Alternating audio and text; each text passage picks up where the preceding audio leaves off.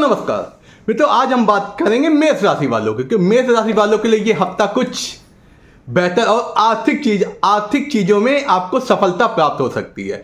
पैसे की आमदनी आएगी, पैसा आएगा, और कुछ चीजें ऐसा है कि स्वास्थ्य के प्रति आपको कुछ ध्यान रखने की जरूरत है। इसके बारे में डिटेल में मैं आपको बताऊंगा, और आपका कुछ 20 तारीख के बाद आपके किस्मत में कुछ चेंजेस आने वाले हैं जो आपको जीवन में सुधार देंगे। आपके स्वास्थ्य के प्रति, आपकी आर्थिक स्थिति के प्रति, और आपके संबंधों में जो संबंध आपके अभी तक बिगड़े थे उनमें सुधार आएगा। वो कैसे आएगा और किन दिनों को आपको सचेत रहना है जिससे आप भारी नुकसान से बचें, क्योंकि चंद्रमा आपके कुछ दिनों में, ऐसे दिन मैं आपको बताऊंगा जिसमें आपके 6, 8, 12 में रहेगा। 6, 8, 12 में चंद्रमा जो होता है वो आपको मानसिक उलझने, मानसिक टेंशनें दे सकता है। इसलिए आप इस वीडियो के अंत तक जुड़े हैं। जो मित्र आज जुड़े हैं वो चैनल सब्सक्राइब कर दें और बेल आइकन दबाना, क्योंकि मैं आपकी राशि संबंधित कुछ ऐसी विशेष बातें ऐसी बताता हूं जो आपको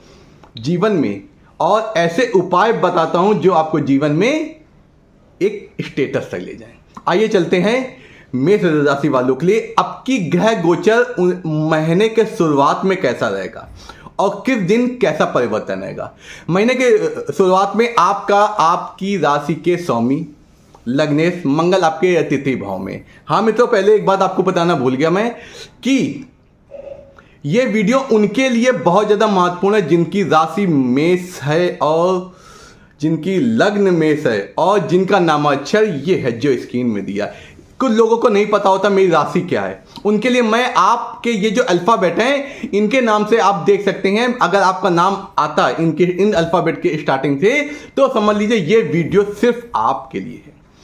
आप गुरु जो आपके ज्ञान के कारक, आपके बुद्धिजीविका के कारण, वो आपके द्वितीय भाव में बैठे हैं वृष राशि में।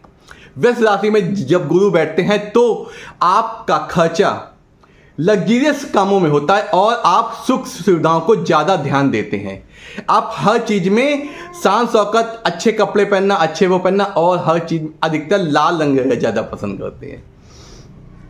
लेकिन गुरु 9 अक्टूबर को आपकी वृषभ राशि से वक्री हो जाएंगी।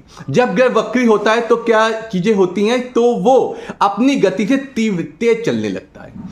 तो आपके गुरु अगर आपकी कुंडली में, नडाल कुंडली में अगर वक्री अवस्था में बैठे हैं तो आपके लिए बहुत अच्छा समय है। अगर वो सौम्य अवस्था में बैठे हैं तो कुछ अप एंड डाउन की स्थिति आ जाएगी, लेकिन आपको घबराने की जरूरत नहीं, क्योंकि आपके घर के भाव में बैठे हैं। और घर के भाव में जब गुरु बैठते हैं तो आपका दिमाग घर की ओर ज़्यादा लगता है, घर की सुख सुविधाओं की ओर और घर के जो लोग होते हैं उनके प्रति। और वहां से वो आपके अष्टम भाव को देख रहे हैं। अष्टम भाव क्या होता है? आपकी ससुराल का होता है।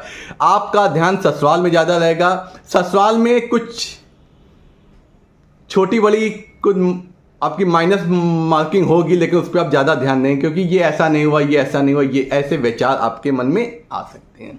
अब बात करते हैं चंद्रमा की, क्योंकि चंद्रमा क्या होता है? हमारा मन, मना स्थिति, माता और हमारी सोच को निर्माण कैसा करता है। इस बार चंद्रमा आपके 2 तारीख, 3 तारीख, 29 तारीख को 6ठे भाव में हो, 8वें भाव में होगा, और 11 और 12 तारीख को आपके 12वें भाव में होगा, और 20 और 21 तारीख को 4थे स्थान पे होगा। तो जब चंद्रमा 4, 8, 12 होते हैं तो कुछ उलझने, आपके मन के अकॉर्डिंग कुछ कार्य ना होना, ऐसी चीजें आ सकती हैं। लेकिन आपको घबराने बने, आपको उस समय इग्नोर करना है।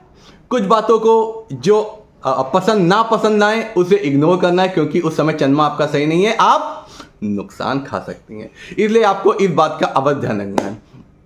अब बात करते हैं आपके सबसे अच्छे ग्रह इस समय जो चल रहे हैं।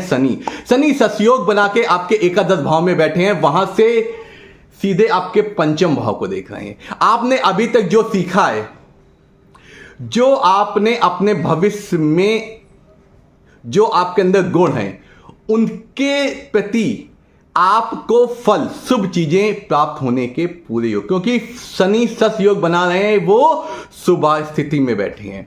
शनि जब जहां बैठते हैं, शनि की सर्व स्थिति सबसे अच्छी स्थिति एकादश भाव में होती है, जहां इस समय शनि आपके गोचर कुंडली में 11वें भाव में बैठे हैं, जो आपके वहां से पूरा जितने भी आपके आचरण हैं और जितने भी आपके विभाग होते हैं, वित्त, स्वास्थ्य और जितने व्यवहारिक व्यवहार होते हैं, उनको नजर रखें, क्योंकि वहां से तीसरी दृष्टि आपके लग्न पे जाती है। इसलिए आपको स्वास्थ्य के प्रति ध्यान देना है, क्योंकि आपको कुछ त्यौहार का समय है, कुछ छोटी बड़ी तकलीफ हो सकती है। इस बात को अवश्य ध्यान देने की जरूरत है। व्यायाम करिए और कभी भी मेहनत करिए, क्योंकि इस समय शनि जो है आपके कर्म फलदाता है। मेहनत का फल आपको अवश्य मिलेगा। अभी तक आपके मन में विचार आता था कि आप जो जितना करते हैं, लोगों के लिए जितना करते हैं, उतना आपको प्रतिफल नहीं मिलता है, लेकिन इस समय ऐसा समय आ गया कि आपको उसका प्रतिफल मिलेगा। आपने जो भी कार्य अभी तक किए हैं, उसका आपको शुभ फल मिलने के चांस आएंगे। अब बात करते हैं थोड़े वित्त की। वित्त की स्थिति क्या रहेगी? आपकी आर्थिक स्थिति इस समय पिछले माह की अपेक्षा इस महीने सुदृढ़ रहेगी। आपको कहीं से कुछ पैसा मिलने के योग बन रहे हैं, कहीं से अचानक धन कुछ प्राप्त हो सकता है, जिससे आपकी जो बेसिक आवश्यकताओं की चीजें हैं, जिनके पीछे आप अभी तक रुक रहे थे, अभी खर्चा ना करें, अगले महीने खर्चा करें, वो चीजें आपकी इस महीने सही होंगी। अगर आप टेक्नोलॉजी या विदेश से संबंधित किसी कार्य में लगे हैं, तो आपको सफलता अवश्य मिलेगी, क्योंकि इस समय राहु आपके 12वें भाव में बैठे हैं। 12वें भाव में जब राहु बैठता, देखो राहु वायु तत्व होता है, तो इस समय वायु से संबंधित चीजें और टेक्नोलॉजी से संबंधित जितनी भी चीजें हैं, उनमें आपको लाभ मिलने के योग दिख रहे हैं। अगर आप विदेश जाने के काफी दिन से प्रयत्न कर रहे थे, वो आपका प्रयत्न पूर्ण होने वाला है, क्योंकि राहु विदेश संबंधी जितनी भी चीजें हैं, उसमें अचानक आपको परिवर्तन कराता है, क्योंकि राहु की प्रवृत्ति होती है अचानक चेंजेस कराना।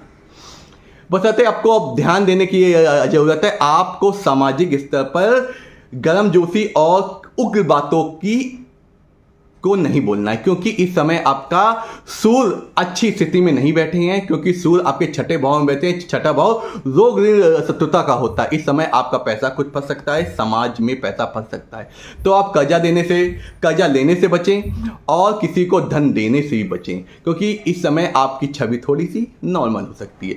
अब बात करते हैं बुध की। बुध आपके 10 तारीख को तुला राशि में हो जाएंगे। जब तुला राशि आपकी सप्तम भाव में बैठी है, आपके जो अभी तक संबंध, वैवाहिक संबंध या कुछ 19-20 मन मुटाव चल रहा था, वो अब दूर होगा। जो लोग शादी करने के इच्छुक थे, उनके रिलेशन बनेंगे और उनकी बातें जो जाने कब से रुकी हुई थी, वो रुक जाएंगी, क्योंकि शुक्र होता है हमारे वैवाहिक संबंधों का, बुध होते हैं ग्रहों के राजकुमार, और वे जिस ग्रह के साथ बैठते हैं, उस ग्रह के व्यवहार को दुगना कर देते हैं। अब बात आती है शुक्र की। शुक्र अपनी स्व राशि को छोड़ के वो वृश्चिक राशि में चले जाएंगे। कोई फर्क की बात नहीं, वृश्चिक राशि में भी शुक्र और मंगल जो होते हैं, वो अच्छे योग देते हैं। रिलेशनशिप में अच्छे चीजें अच्छे देते हैं। रिलेशनशिप में प्रगणता आती है और रिलेशनशिप मधुर बनती है। तो रिलेशनशिप में जो लोग हैं, उनके लिए अच्छा समय है। अब बात आती है सूर्य की। सूर्य लेकिन 17 तारीख से आपके तुला में हो जाएंगे। अभी तक वे कन्या में थे, अब तुला में हो जाएंगे। जब सूर्य और शुक्र एक साथ होते हैं, तो आपको जितने भी आपको सुंदर बनाने की, आपको भी पॉजिटिव बनाने वाली चीजें होती है, समाज में जो लोग अभी तक आपकी बात नहीं मान रहे थे, जो आपको नजरअंदाज कर रहे थे, वो भी आपको एक नोटिस करेंगे, क्योंकि उनके कुछ काम आपके बिना बनेंगे नहीं, तो वो उनको आपकी जरूरत पड़ेगी। अब बात आती है 20 तारीख को। मंगल जो तिथि भाव में हैं आपके, इसका मतलब तीसरे भाव में उसके बाद अब कर्क राशि में चले जाएंगे। जैसा मैंने कहा, वैवाहिक संबंध या रिलेशनशिप संबंध, या जो अपने इच्छित कन्या से विवाह करना चाहते हैं, तो उनके लिए ये अक्टूबर महीना अच्छा है। अक्टूबर में उनके रिलेशनशिप में प्रगणता आएगी और जो वो चाहते हैं वैवाहिक संबंधों में वो चीज़ें उनको मिलने के योग बने। उनके लिए ये अक्टूबर महीना बहुत अच्छा है। अब बात आती है बुध फिर 20 तारीख से ये पहुंच जाएंगे वृश्चिक में।